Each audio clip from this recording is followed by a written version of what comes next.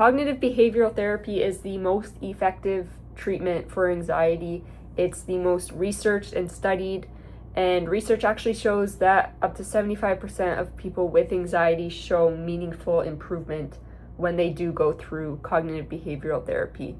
And so in today's video, I want to share one technique that I learned in cognitive behavioral therapy that helped me so much with my anxiety. But before we get into it, if you're sitting there wondering who is this person and why should I listen to her, that's a fair question. This is a brand new channel. My name is Rachel Sturm, and I am someone who has struggled with anxiety since I was a kid. Since I was 4 years old, I had severe anxiety and panic attacks, and it lasted well into my late 20s. It wasn't until my late 20s, early 30s where I started to actually get help and do the work. And I wish I had gotten help sooner. I had a lot of dark days, especially in my teen years and in my 20s. I missed out on a lot because of my anxiety, and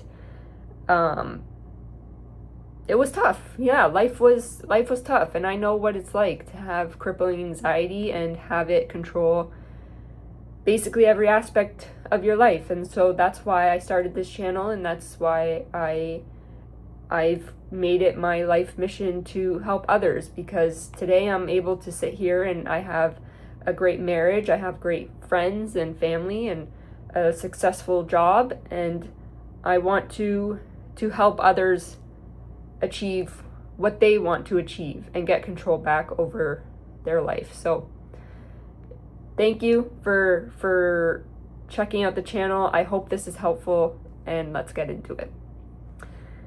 So before we talk about the cognitive behavioral journaling technique that has helped me, first I want to talk about what cognitive behavioral therapy actually is.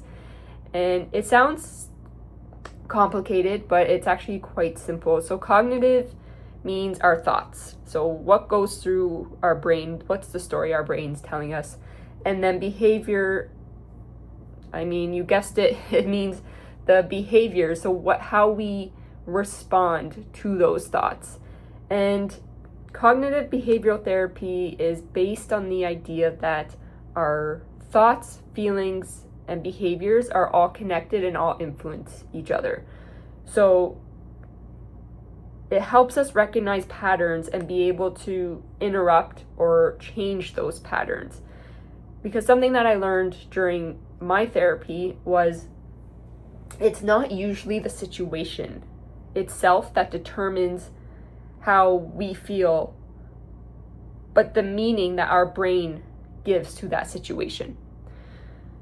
So think about it like this, okay? You have two people who can experience the exact same event, but walk away with it feeling completely different about it.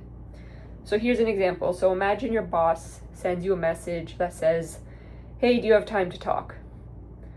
Person A, they probably just have a question. No big deal. They continue to get on with their day. Person B thinks, and this was me all the time, I'm in trouble, I'm going to get fired, and then suddenly their heart starts racing, they can't concentrate, they start to get that panicky, sweaty feeling, and the rest of the day is ruined. The situation between those two people were the exact same. They did not change. But what did change was the thought that each had. And so that's why cognitive behavioral therapy focuses so much on understanding our thoughts, because our thoughts influence how we feel, and then how we feel influences what we do.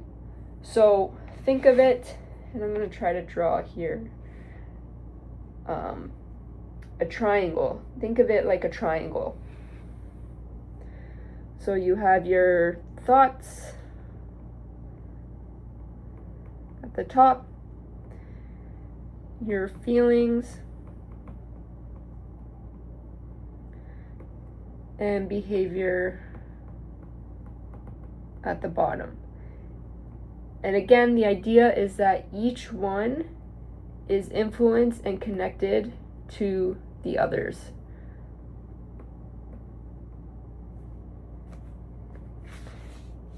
And so our thoughts, again, are the stories our brain tells us.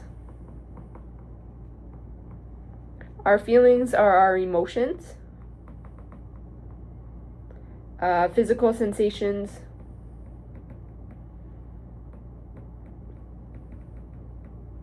And our behaviors are what we do in response. So for thoughts, we could think, I'm going to have a panic attack.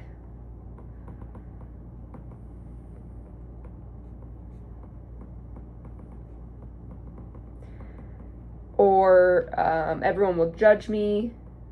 People will judge, don't mind my writing. And then because of those thoughts, our feelings are anxious, worried, stressed. Maybe we feel our heart racing and our breathing changes. So then what do we do in response to those thoughts and feelings? Maybe we avoid places, or we leave, or we start Googling symptoms. Because who hasn't done that? Or we ask constant reassurance. And so these behaviors make sense, because when we get these thoughts and these feelings,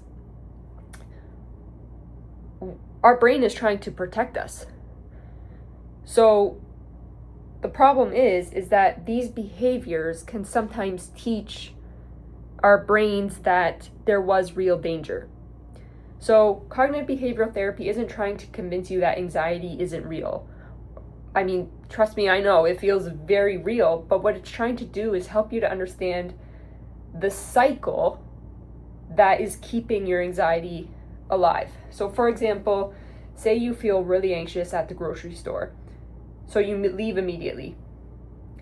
Now your brain thinks, okay, leaving kept us safe. So the next time you go to a grocery store, even more anxiety comes up. But not because the grocery store is all of a sudden more dangerous, but because your brain thinks that leaving prevented something bad from happening.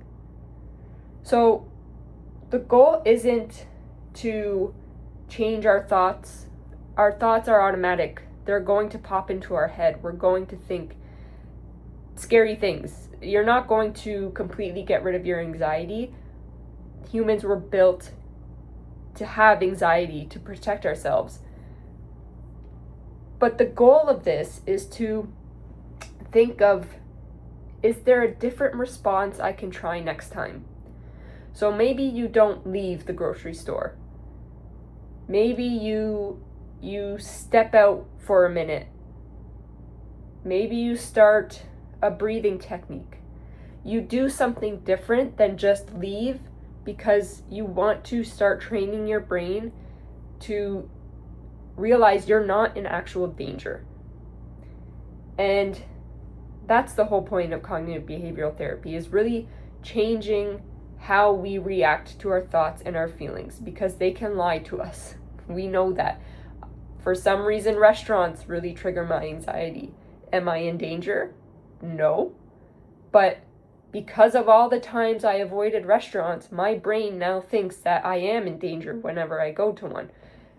So once I started doing this practice, I'm able to recognize those patterns and then interrupt them gradually. So as a little present, I created a whole template for this journaling technique for you. I'll leave the link in my bio. I paid thousands of dollars to go through cognitive behavioral therapy and to learn this and get relief. And so I wanted to create something that you can download for free, totally free, no cost at all, so that you can practice and get relief. So check it out, links in the description. Let me know if it's helpful. Remember to like and subscribe, and just remember, you just gotta show up one day at a time. Anxiety, it's not going to disappear overnight. There's no cure to it, and anyone who tells you there is, to be honest, lying, because like I said, humans evolved to have anxiety so that we can detect threats. It's just some of us have an oversensitive